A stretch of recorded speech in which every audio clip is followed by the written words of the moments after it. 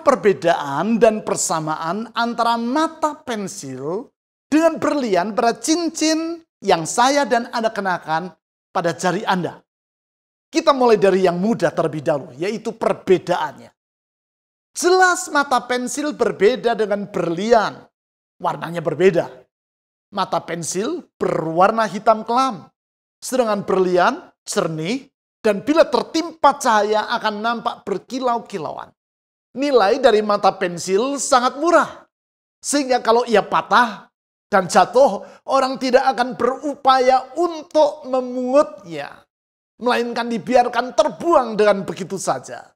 Namun tidak demikian halnya dengan berlian. Kalau ia jatuh, orang akan berusaha mencarinya dengan sungguh-sungguh. Sebab walaupun ukurannya kecil, namun berlian itu sangatlah berharga. Ribuan kali lebih mahal dibandingkan mata pensil yang berukuran lebih besar daripada dirinya. Alhasil, orang menaruh berlian pada cincin dan perhiasan lain yang berharga. Dan tidak ada orang yang memasang mata pensil sebagai mata cincin dan mengenakannya ke pesta. Singkat kata, orang akan jauh lebih menghargai berlian dibandingkan mata pensil. Itu perbedaannya. Lalu apa persamaannya?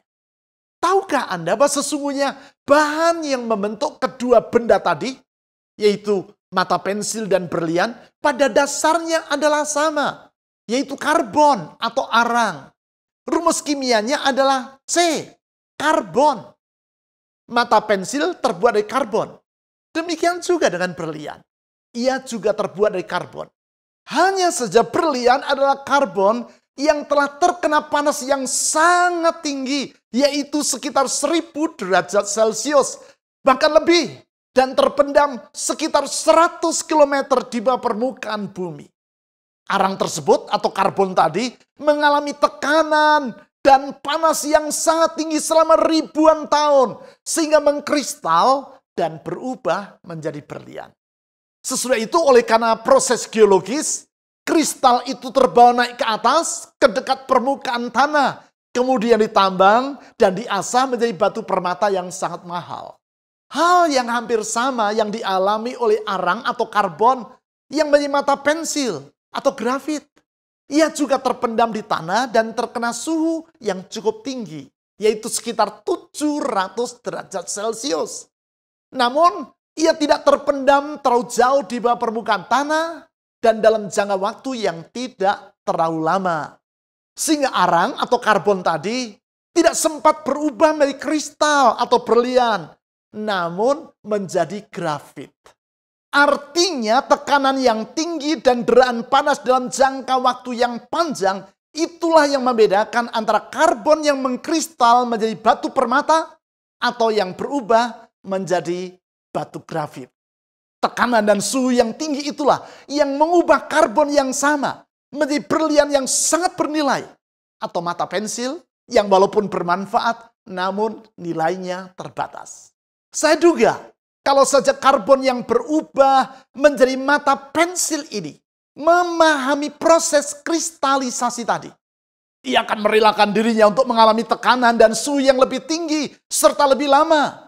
Sebab dengan demikian nanti suatu hari ia akan menjadi permata yang menghiasi mahkota para ratu, para raja, dan bukan mata pensil yang kemudian patah dan dilupakan orang. Hal yang samalah yang menjadi kaitan antara masa krisis dengan kepemimpinan. Di dalam video saya yang lalu saya berkata bahwa terdapat dua kaitan antara masa krisis dengan kepemimpinan. Yang pertama, krisis merupakan masa pengujian dari kualitas kepemimpinan. Yang kedua, krisis merupakan masa pembentukan dari kepemimpinan. Ya, krisis merupakan kawah candra di muka yang menggembleng seorang pemimpin yang tangguh.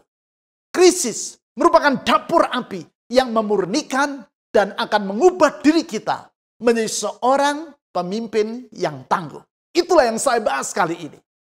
Alkitab maupun sejarah mencatat bahwa masa sukar merupakan rahim yang menumbuhkan pemimpin-pemimpin yang besar di dalam masa hidup mereka masing-masing. Lihatlah pribadi-pribadi seperti Florence Nightingale, perintis ilmu keperawatan modern yang jasanya disebut-sebut orang di dalam masa wabah seperti sekarang ini. Atau Henry Dunant, Bapa Palang Merah Sedunia, dan pemenang hadiah Nobel Perdamaian yang pertama. Selain mereka berdua, juga Jenderal Douglas MacArthur, komandan tentara sekutu di wilayah Pasifik dalam Perang Dunia Kedua.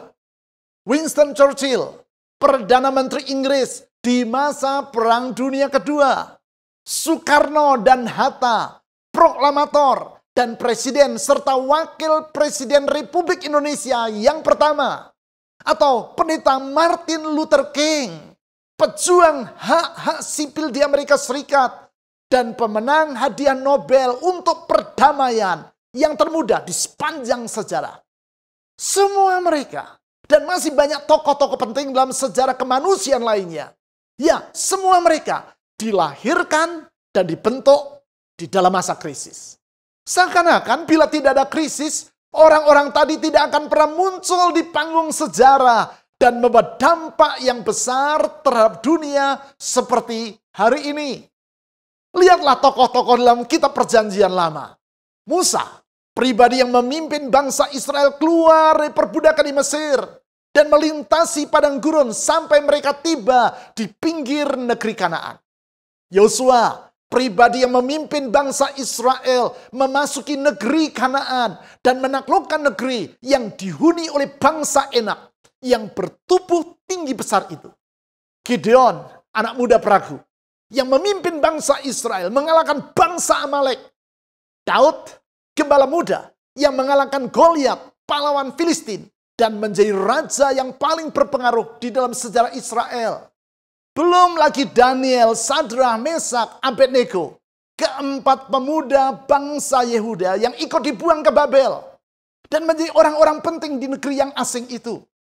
Termasuk lagi Esther, pemudi yang dipakai Tuhan untuk menyelamatkan bangsa Yahudi dari pembantaian di Persia di masa pemerintahan Ahasveros. Masih banyak tokoh-tokoh dalam kitab Perjanjian Lama yang muncul ke permukaan dan berperan di dalam sejarah karena mereka semua melewati dapur api kesengsaraan, krisis, dan kesukaran. Hal yang sama dalam kitab Perjanjian Baru. Para rasul dari Yesus, mereka adalah orang-orang sederhana dan nelayan dari Galilea yang melewati masa krisis sehubungan dengan penangkapan dan penyaliban Yesus. Mereka juga mengalami penganiayaan oleh karena iman dan pengabdian mereka kepada Tuhan. Melewati masa yang sukar tersebut, mereka mengukir sejarah gereja dengan tinta emas karena kesyahidan mereka. Hal yang sama dapat kita lihat dalam diri Barnabas, Paulus, Silas, Apolos, Priscilla, Aquila, dan banyak tokoh-tokoh di dalam Perjanjian Baru lainnya. Mereka-mereka ini patut disejajarkan dengan para pahlawan iman yang namanya didaftarkan dalam Ibrani 11. Orang-orang yang mempengaruhi jalannya sejarah dunia. Apakah mereka orang yang sempurna? Tentu tidak. Namun kehidupan mereka telah membuktikan bahwa masa sukar atau krisis merupakan kandungan tempat para pemimpin dibentuk dan dibesarkan. Oleh sebab itu, kita dapat memandang masa sukar yang sedang menimpa seluruh dunia saat ini, yaitu sehubungan dengan wabah virus COVID-19 ini, sebagai masa pembentukan kepemimpinan. Kita tidak usah merasa heran apabila di balik masa krisis yang sedang kita hadapi ini, akan muncul pemimpin-pemimpin yang mempengaruhi zamannya. Orang-orang yang berjuang dengan gigih, artinya iman mereka kepada Tuhan tidak goyah. Orang-orang yang hatinya dipenuhi dengan belas kasihan dan kerendahan hati. Orang-orang yang visioner, artinya tidak mengizinkan kesukaran, membuat mereka menjadi panik dan kehilangan pengharapan. Bukankah sikap seperti itu yang diteladankan oleh Yesus Kristus kepada kita? Itu sebabnya dalam Ibrani pasal 12, ayat 2 dan 3 ditulis sebagai berikut. Marilah kita melakukannya dengan mata yang tertuju kepada Yesus, yang memimpin kita dalam iman, dan yang membawa iman kita itu kepada kesempurnaan. yang dengan mengabaikan kehinaan, tekun memikul salib ganti sukacita yang disediakan bagi dia yang sekarang duduk di sebelah kanan tahta Allah. Perhatikan, saya ulang. Yang dengan mengabaikan kehinaan, tekun memikul salib ganti sukacita yang disediakan bagi dia yang sekarang duduk di sebelah kanan tahta Allah. Ingatlah selalu akan dia yang tekun menanggung bantahan yang sehebat itu terhadap dirinya dari pihak orang-orang berdosa, supaya jangan kamu menjadi lemah dan putus asa. Supaya apa? Supaya jangan kamu menjadi lemah dan putus asa. Mari, di dalam masa-masa ujian dan pembentukan kepemimpinan, yaitu masa sukar seperti sekarang ini, kita terus memandang Kristus dalam iman. Dan pikiran kita selalu mengingat dia yang dengan tekun memikul salib. Dia yang dengan tekun menanggung derita. Dia yang dengan tekun menghadapi kesukaran. Sehingga sebaliknya dari menjadi lemah dan putus asa, kita dapat melihat bahwa di balik semua ini, sukacita sedang menantikan kita.